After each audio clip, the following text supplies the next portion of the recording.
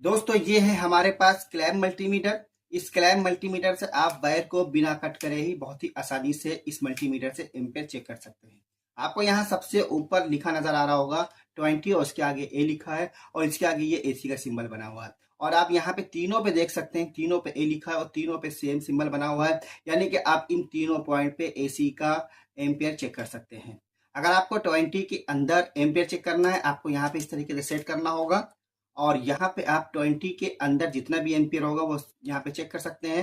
अगर आपको 20 के ऊपर और 200 के अंदर एम्पियर चेक करना है तो आपको यहाँ पे सेट करना होगा। अगर आपको 200 के ऊपर और 400 के अंदर का एम्पियर चेक करना है तो आपको यहाँ पे सेट करना होगा। अब आपके मन में एक सवाल आ रहा होगा, 400 के ऊपर सेट करने के बाद 200 या 20 तक एम्पियर क्यों नहीं चेक कर सकते, और 20 एम्पियर के ऊपर सेट करने के बाद हम 200 या 400 तक एम्पियर क्यों नहीं चेक कर सकते।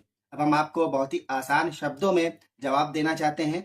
आपने तराजू तो बहुत देखे होंगे, जो छोटे तराजू होते हैं उसके ऊपर आप बड़ी चीज अगर तौलेंगे तो उस पर बड़ी चीज नहीं तौल पाएंगे। इसी तरीके से बड़े तराजू के ऊपर छोटी चीज तौलने की कोशिश करेंगे तो उस पर भी आप सही से नहीं तौल पाएंगे। मिसाल के तौर पर आप कोई सोने की कोई चीज ले लीजिए और उस सोने को उस बड़े से तराजू पे तौलिए जिस पर राशन वगैरह लोहा वगैरह तौला जाता है। अगर आप उस पर तौल के देखेंगे तो आपको सोने का सही वेट यानी कि कै तोले का ये चीज है तो आपको उसके ऊपर सही से उसका वेट नहीं पता चल पाएगा। अब आप समझ गए होंगे इन तीनों पॉइंट के बारे में। अब हम आपको प्रैक्टिकल करके इस क्लैम मल्टीमीटर के जरिए आपको एम्पियर चेक करके दिखाते हैं।